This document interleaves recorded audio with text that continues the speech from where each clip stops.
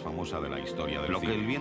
Su origen surgió de las páginas de una larguísima novela escrita en sus ratos de ocio por una señora de Atlanta llamada Margaret Mitchell, quien nunca más volvería a ponerse frente a una máquina de escribir, y que relataba los avatares de Scarlata O'Hara, una aristócrata hija del sur de los Estados Unidos, antes, durante y después de la Guerra de Secesión Americana, y sus tempestuosos amores con Red Battle, un aventurero de Charleston, y con Ashley Wilkes, un típico y romántico caballero de Georgia. Lo que el viento se llevó se publicó en 1936 y al año siguiente fue distinguida con el premio Pulitzer, convirtiéndose enseguida en un bestseller mundial del que se vendieron más de 12 millones de ejemplares en 16 idiomas diferentes. La traslación de la novela a la pantalla fue larga y compleja. El motor del proyecto fue el productor David O. Selznick, quien había sido el responsable de películas como El prisionero de Zenda, Ha nacido una estrella e Intermezzo, y que posteriormente daría al cine obras como Rebeca, Duelo al sol y El tercer hombre. Selznick compró el libro por la entonces fabulosa suma de $50.000. La Metro-Goldwyn-Mayer coparticipó en el proyecto haciéndose cargo de la distribución del film y proporcionando a Clark Gable como protagonista masculino principal, pues este actor había sido desde el principio el intérprete ideal pensado por todos para encarnar al cínico Red Battle. La dirección fue encomendada por Selznick a su gran amigo George Cukor, el cual, avanzado el rodaje, debió ceder el puesto por diferencias artísticas con Clark Gable a Victor Fleming. William Cameron Menzies fue el responsable de la concepción visual general de la obra, y tanto él como Sam Booth, otro distinguido realizador, dirigieron varias secuencias. Walter Plunkett fue designado como creador de los figurines, del variado y nutrido vestuario. El coste total de la película fue de $3.700.000. Buscar a la intérprete para el papel de Scarlata O'Hara proporcionó innumerables problemas. Se pensó en Jean Arthur, Bette Davis, Katharine Hepburn, Tallulah Bankhead, Norma Shearer, Joan Bennett, Paulette Goddard y Lana Turner, entre otras. Se hicieron pruebas a casi todas ellas y a cientos de candidatas, dándose al final por seguro que Paulette Goddard sería la elegida hasta que la noche del 10 de diciembre de 1938, un hecho ya histórico ocurrió. Esa noche se filmaban las secuencias del incendio de Atlanta, para el que se quemaron los inmensos decorados abandonados e inservibles de King Kong, con dos extras doblando a Red y Escarlata. Myron Selznick, agente artístico y hermano del productor, llegó con una actriz británica poco conocida llamada Vivian Leigh, quien entonces vivía un romance con Laurence Olivier, al que acompañaba en Hollywood mientras éste intervenía en Cumbres Borrascosas. Myron la dio a conocer bajo la luz de las llamas del incendio a Selznick con estas palabras: «Te presento a tu Scarlata O'Hara». A los pocos días, Vivian Leigh hacía una prueba filmada a las órdenes de George Cukor, dejando en ella patente su talento y belleza, y a principios de enero firmó el contrato que la convirtió en la heroína cinematográfica más adorada del mundo, dando con ello fin a una larga búsqueda de 2 años en la que se habían examinado 1.400 candidatas. Con anterioridad, además de Clark Gable, ya habían sido comprometidos Olivia de Havilland y Leslie Howard para incorporar a Melania Hamilton, la fiel amiga de los protagonistas, y a Ashley Wilkes, el caballero sensible y tradicionalista al que nunca dejará de amar la indómita sureña. El rodaje definitivo de Lo que el viento se llevó empezó el 26 de enero de 1939 y enseguida empezaron los desacuerdos entre Cukor y Gable. 3 semanas más tarde, el realizador fue despedido pese a las vehementes protestas de Vivian Leigh y Olivia de Havilland. Clark Gable, a la sazón el rey de Hollywood, sugirió a su amigo Victor Fleming como director adecuado, quien a los pocos días se hizo cargo de tomar las riendas del ambicioso proyecto. Múltiples peripecias ocurrieron a lo largo de los próximos meses. Vivian Leigh no se llevaba bien con Fleming y consultaba y seguía, en secreto, las indicaciones de Cukor. Los equipos trabajaban 6 días a la semana durante 16 horas diarias. Selznick se volvía cada vez más tiránico y quería ocuparse personalmente de todo. Despedía y contrataba a nuevos colaboradores y rodaba constantemente 2 versiones diferentes de muchas escenas. Fleming no soporta el frenético ritmo del trabajo y dimite de sus funciones completamente agotado a los 2 meses. Sam Booth le sustituye. Surgen dificultades financieras y el guión pasa por infinidad de manos y es cambiado constantemente, tratándose por todos los medios de reducir la voluminosa novela original. El rodaje termina oficialmente el 26 de junio de 1939. 6 largos meses ha durado la filmación de la película. Selnick, entonces, se encierra con los montadores y, sin consultar con ninguno de los 3 realizadores principales, efectúa personalmente el proceso de montaje, convirtiendo los 75.000 metros de celuloide impresionados en 7.000. Llama entonces a Max Steiner, el gran maestro de Hollywood, para que componga en muy poco tiempo una espléndida partitura que acompañará y sublimará para siempre los 222 minutos que dura la proyección de Lo que el viento se llevó. El estreno mundial de Lo que el viento se llevó tuvo lugar en Atlanta en medio de una atmósfera de fiesta nacional el 15 de diciembre de 1939. Asisten el gobernador del estado de Georgia, la autora del libro Margaret Mitchell, el productor David O. Selnick y los intérpretes principales de la colosal obra. Las localidades cuestan $1,50 y se cotizan en el mercado negro en 200. El entusiasmo es general y en 10 días la película recauda $1 millón. Los críticos la aplauden tanto como el público. Y en la ceremonia de los Oscars correspondientes a esa temporada, el film es galardonado con 10 estatuillas, siendo las principales a la mejor película que recoge Selnick, a Vivien Leigh como mejor actriz principal, a Hattie McDaniel como mejor actriz secundaria y a Victor Fleming como mejor director. A David O. Selnick la Academia le otorga también el premio Irving Thalberg como promotor del film de más alta calidad realizado en 1939. Nunca regalo nada sin la esperanza de obtener algo a cambio y siempre me pagan. No crea que me casaré con usted en pago del sombrero. No se haga ilusiones, no soy de los que se casan. Pero tampoco pienso besarle.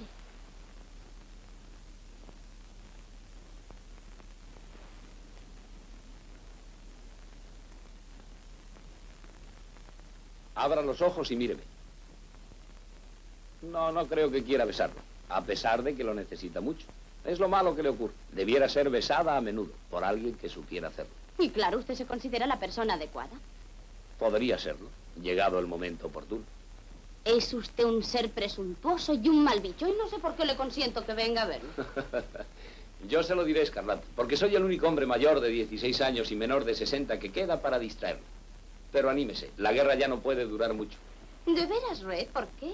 En este momento se está librando la batalla que hará caer la balanza de uno u otro lado. Red, ¿estará Ashley en ella? De modo que aún tiene ese testarudo de Wilkes metido en la cabeza. Sí, supongo que intervendrá en ella. Pero dígame, Red, ¿dónde es eso? En una pequeña población de Pensilvania, llamada Gettysburg. De las miles de anécdotas que debes saber de esta película, cuéntanos las que más te guste o la que te haya llamado más la atención. Bueno, a mí una de las que más atención me ha llamado ha sido, por ejemplo, que la noche de los Óscares, que Lo que el viento se llevó, copó todos, 10 Óscares, pues creo que no se mencionó ni una sola vez el nombre de Margaret Mitchell, la autora del libro, que eso es muy extraño, ¿no? Es cierto. Es muy extraño. Y otra anécdota, pues una para los cinéfilos, y para ti muy en particular, que yo sé que te gusta mucho, una señora que se llama Elizabeth Taylor. Elizabeth Taylor fue una de las grandes candidatas para el papel de Bonnie Blue, de la hija de Escarlata de Red, cuando pequeñita. Y Elizabeth Taylor me parece que tenía 7 años entonces. Sí, pero el padre no la dejó. Y el padre no la dejó. El padre dijo que veía a su niña en todo menos en estas cosas de los locos del cine. Y no lo hizo. Fíjate luego. Y ahora parece que va a ser la continuación. Sí, eso yo pienso que si se hace la continuación, que está escrita además, pienso que la única señora que podría hacer de Escarlata O'Hara 20 años después, pues yo creo que sería Elizabeth Taylor, ¿no? Creo que eso es de cajón. Jorge, poniéndote en aquella época, ¿crees que el reparto fue el más adecuado con los actores candidatos que hubo? Sí, yo creo que sí, ¿no? Hombre, la búsqueda del reparto, sobre todo la búsqueda de la Escarlata, eso fue una fiesta nacional, y además hasta se hizo una película, ¿no? sobre ese tema. Y después de ver la película, yo pienso que no te puedes imaginar a nadie más que Vivien Leigh haciendo Escarlata O'Hara. Olivia Havilland pues es una Melania perfecta, Leslie Howard es un desvaído Ashley, y Clark Gable era un poquito ¿qué? Mayor el Ashley, ¿no? Quizás un poco demasiado mayor, pero sí, posiblemente. Ahora, luego yo pienso que el gran acierto, quitando los protagonistas esenciales, el gran acierto fue haber cogido a Hattie McDaniel para esa mamita, y sobre todo a esa Butterfly McQueen, la Prissy, que bueno, que eso es uno de los aciertos grandes de la película, ¿no? Esa galería de secundarios que están perfectos todos. ¿A ti el doblaje te gusta? Sí, a mí me gusta. Y tanto es así que yo la tengo en inglés, y cuando televisión la proyecte en en castellano. Yo creo que me la voy a volver a grabar en castellano. Es uno de los doblajes mejor hechos, ¿no? Y muy míticos. Tú que has leído muchas veces la novela en que se basa la película, ¿crees que la adaptación cinematográfica es buena? ¿Echas de menos algo en la película que hayas leído en la novela? Yo creo que el guión es tan bueno, que yo que he leído la novela bastantes veces, pienso que es tan bueno como para no echar en falta esa cantidad de personajes enormes que han quedado sin llevar a la pantalla, porque ahí faltan maridos de Escarlata, hijos de Escarlata, faltan muchos personajes que salen en la novela, que son interesantes, y sin embargo luego el mérito de la película es que la ves y no te acuerdas, o sea, no los echas en falta. ¿Qué sensación tienes tú cada vez que ves la película? ¿Como si la volvieras a ver por primera vez? Yo siempre le descubro algo nuevo, ¿no? Y además, por ejemplo, la pongo en vídeo, digo, bueno, estoy desvelado, eso. La única película que pongo siempre es Lo que el viento se llevó. Y siempre digo, bueno, me voy a quedar hasta el baile de Atlanta, me voy a quedar hasta cuando... La zanahoria. Sí, o hasta cuando Prissy grita que vienen los Yankees y Escarlata. Pero luego la ponga donde la ponga, la sigo hasta el final. Yo siempre me gusta Lo que el viento se llevó. Es la que más me gusta. Entonces, para ti Lo que el viento se llevó es la película inolvidable, quizás la que más te gusta. La que más me gusta, por supuesto. Yo no digo que sea la mejor. Ahora, si a mí me dijeran qué película, eso tan trillado de qué película te llevarías contigo a una isla desierta, desde luego yo me llevaba Lo que el viento se llevó. Eso de todas. ¿Cuál crees tú que habrá sido ese secreto, el secreto de esa película que ha gustado a varias generaciones de espectadores y a todos les gusta? Yo pienso que es un fantástico folletón. Cuando un folletón está bien hecho, eso llega a todos los corazones, ¿no? Y luego pienso que tiene ese halo de modernidad, que las cosas son modernas y siguen vigentes, no se sabe por qué, ¿no? A las estrellas de cine les pasa igual. Unas siguen modernas aunque hayan pasado 40 años y otras se quedan antiguas al segundo. Y Lo que el viento se llevó tiene ese milagro que le pasa como a los vinos, que mientras más años le pasan, pues está más bonita. Y pienso que pasarán 40 años más y Lo que el viento se llevó seguirá siendo Lo que el viento se llevó, la número 1. La lista de bajas. La lista de bajas. Por favor, me una, no me una.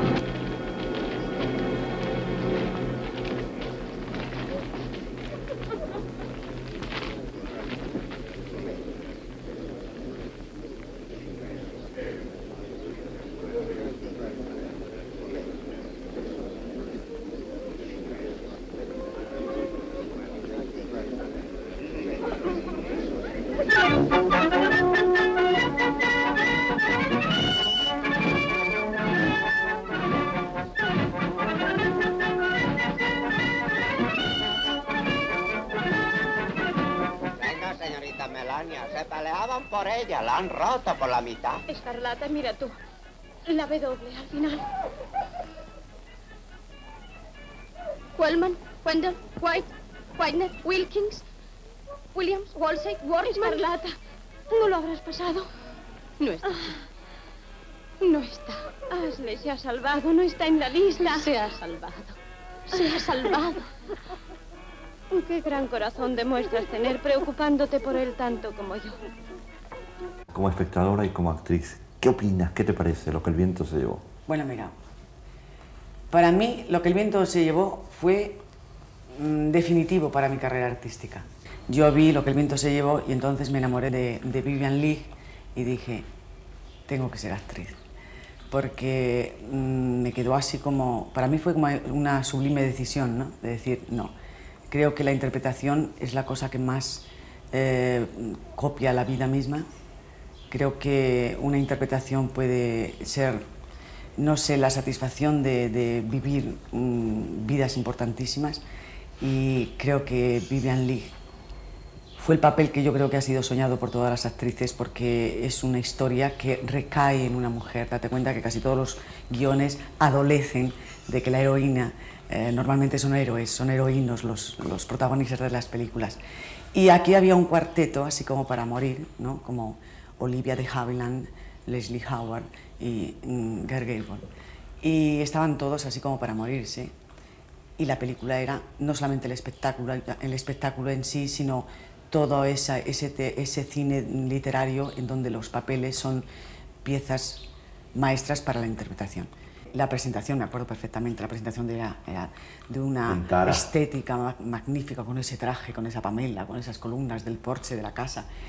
Desde esa pureza de ser un ser joven, una mujer llena de vida, hasta todo el cambio que lleva, todas las vivencias que la van haciendo cambiar, que al final, casi en la mitad de la película, termina como haciéndose ese sentimiento de egoísmo por no pasar hambre, por salir adelante.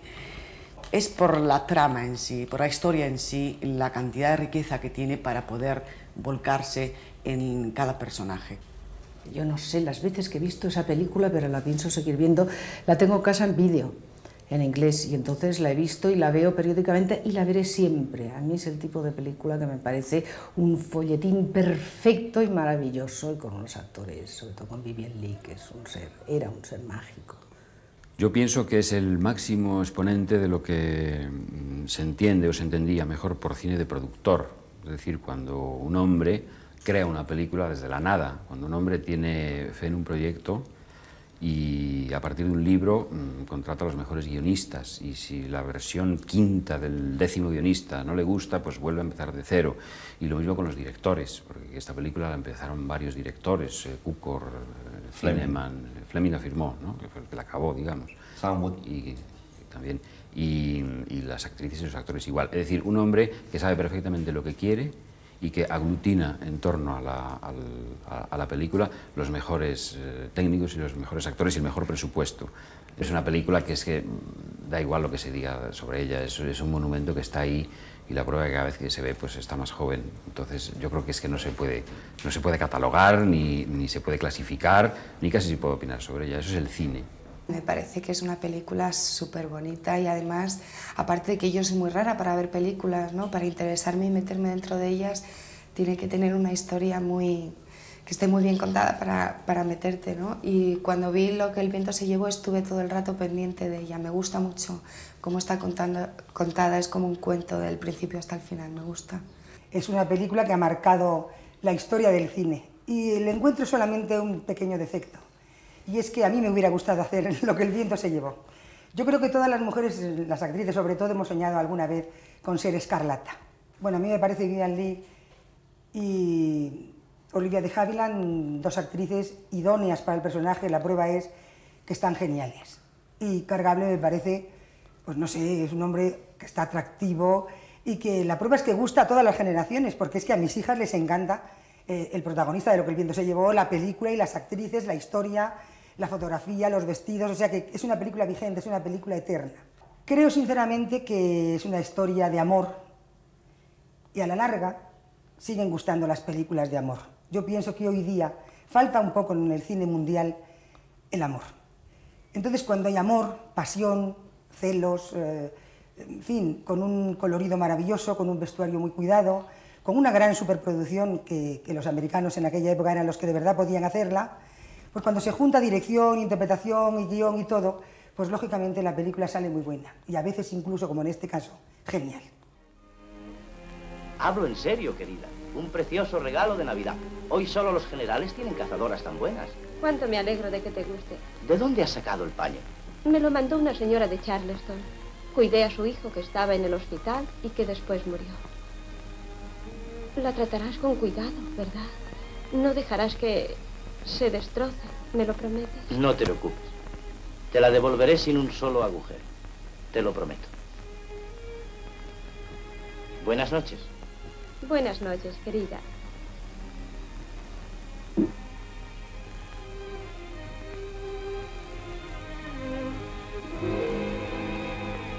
Carlos, como crítico y como espectador, ¿qué opinión te merece Lo que el viento se llevó? ¿Qué te parece Lo que el viento se llevó?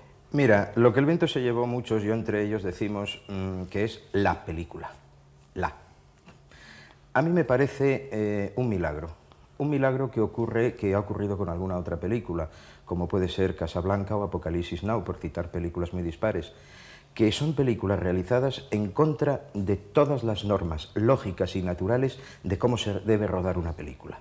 Es la negación, sin guión, cambiando los directores, no sabiéndose los papeles, porque Clark Gable, ¿qué leo yo? ¿Qué tengo que decir?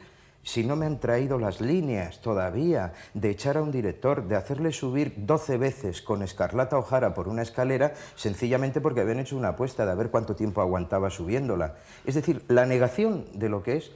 Y bueno, ocurre ese milagro y sale Lo que el viento se llevó. Entonces, para ti, ¿qué lugar ocupa en la historia del cine esta película? No me gusta poner lugares. Es la película. Está ahí.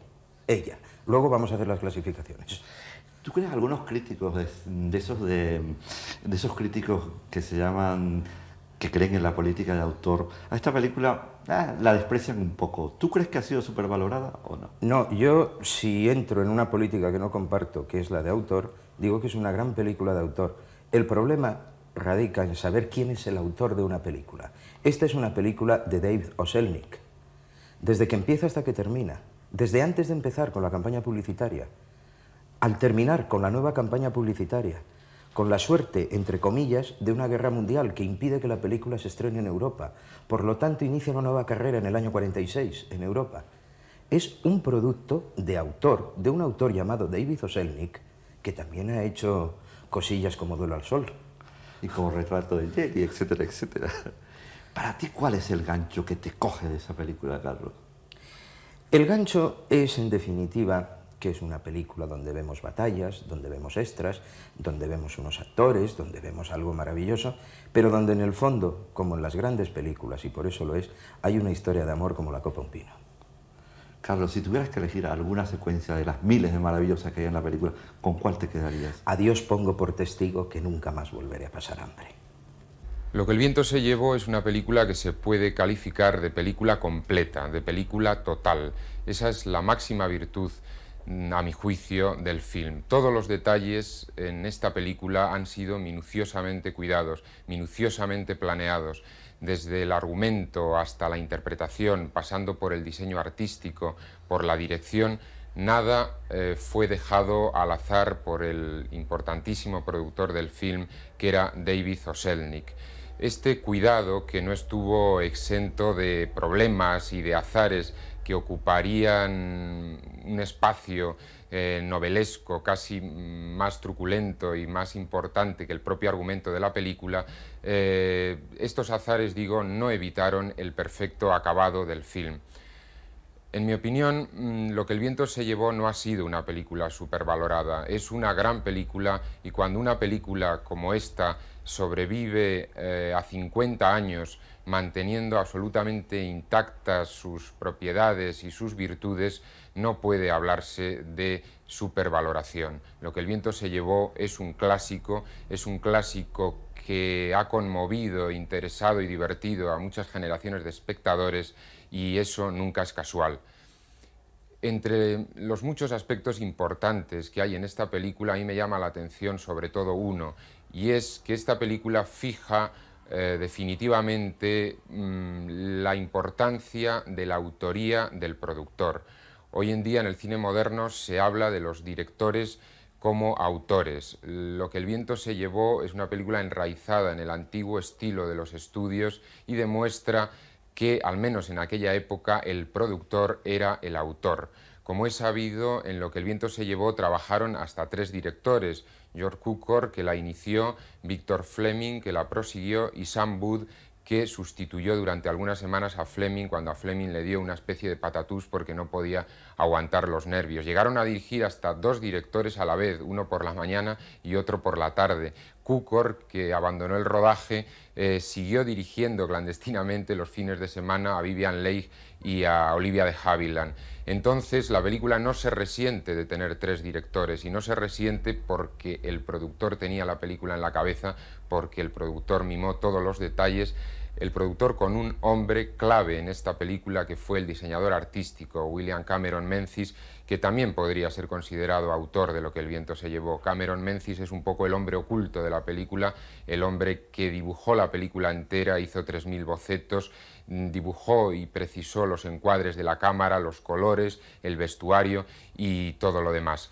Para mí el secreto de esta película, el secreto es que es una película que tiene profundidad, que no es simplemente una historia de personajes a los que les ocurren muchísimas cosas, cosas que caen dentro del terreno del melodrama, sino que es una película con profundidad de campo, es una película sobre una época, el final del siglo XIX en Norteamérica, sobre el final también de una clase social, la aristocracia sureña. Es una película que tiene un conflicto moral, el conflicto que se establece entre los personajes y la moral dominante de su clase o de su casta. Es una película que plantea códigos de comportamiento, el honor, por ejemplo, y todos estos temas de fondo es lo que le dan densidad más allá de las peripecias amorosas o trágicas que viven los personajes. Lo que el viento se llevó es algo estupendo.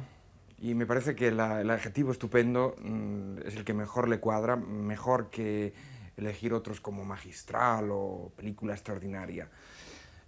Algo también en la medida en que no es solo una película, sino quizá, yo diría, el mejor, el más espectacular resumen o forma de entender una cultura popular esencialmente norteamericana. Lo que el viento se llevó fue en su momento un acontecimiento nacional en los Estados Unidos. Y desde el momento en que apareció el libro de una mujer joven, desconocida entonces, Margaret Mitchell, hasta pocos años después, el momento en que la película ya llegó al público, a un público que la esperaba de manera fervorosa. Y fue un acontecimiento porque, de alguna manera, todo el país siguió e incluso contribuyó a la realización de este acontecimiento. Desde que el libro, que al principio, como digo, fue una sorpresa e incluso recibido por algunos con cierta desconfianza, desde el momento en que el libro se reveló como el gran bestseller y la gran novela que resumía muchos años y muchos caracteres esencialmente norteamericanos, ¿no?, a través de la guerra civil y del conflicto en el sur del país. Desde ese primer momento, como digo, los norteamericanos tomaron lo que el viento se llevó como algo propio.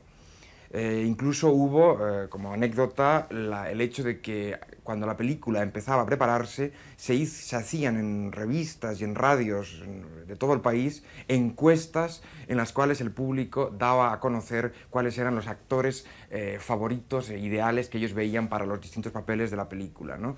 Y en ese sentido, el público pues daba a Bette Davis o daban otros a Barbara Stanwyck o a distintos actores y actrices, y Margaret Mitchell, harta, la autora de la novela, harta de esta especie de gran obsesión nacional que recorría Estados Unidos, en una entrevista célebre, cuando le preguntaron qué actor veía como ideal para hacer el papel de Rhett Butler, el que hizo después Clark Gable, dijo que los ideales le parecían Groucho Marx o el Pato Donald, ¿no? Es un poco dar a entender hasta qué punto la película fue, en su lentísima preparación, fue siendo considerada un acontecimiento y sobre todo una labor de equipo que solo, yo creo, el Hollywood de aquel momento podía permitirse o era capaz de realizar. Desde ese punto de vista, lo que el viento se llevó no es una película en absoluto de autor, ni siquiera de Selznick, el productor, como autor, sino la película de un equipo vasto y de una empresa muy numerosa. Tanto tiene que ver, aparte de los actores evidentemente, y de la novelista que proporciona el material base, tanto tienen que ver en el éxito final, en el resultado final, personas de segunda fila muy importantes en ese caso, como Cameron Menzies, que hizo toda la parte de diseño de producción y diseño artístico, color, etc., hasta los 3 fotógrafos que contribuyeron esencialmente, Cukor, el director Cukor, que empezó la película y luego la abandonó por desacuerdos con Selznick, y por supuesto Fleming, el que la firma, el director que la firma, e incluso Sam Booth, que hizo alguna parte intermedia, ¿no? Es una labor de un equipo, de una maquinaria prodigiosa que consigue un acontecimiento, un producto prodigioso.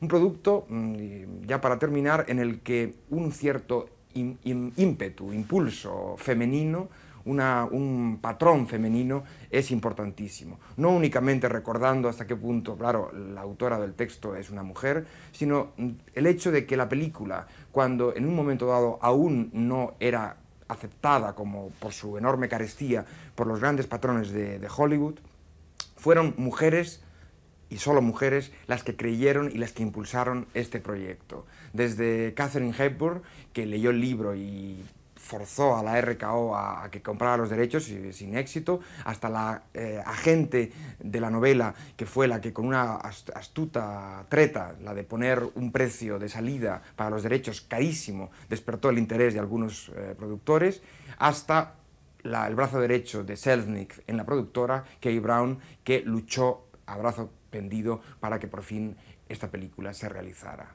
Lo que el viento se llevó ha entrado desde hace mucho tiempo en la leyenda.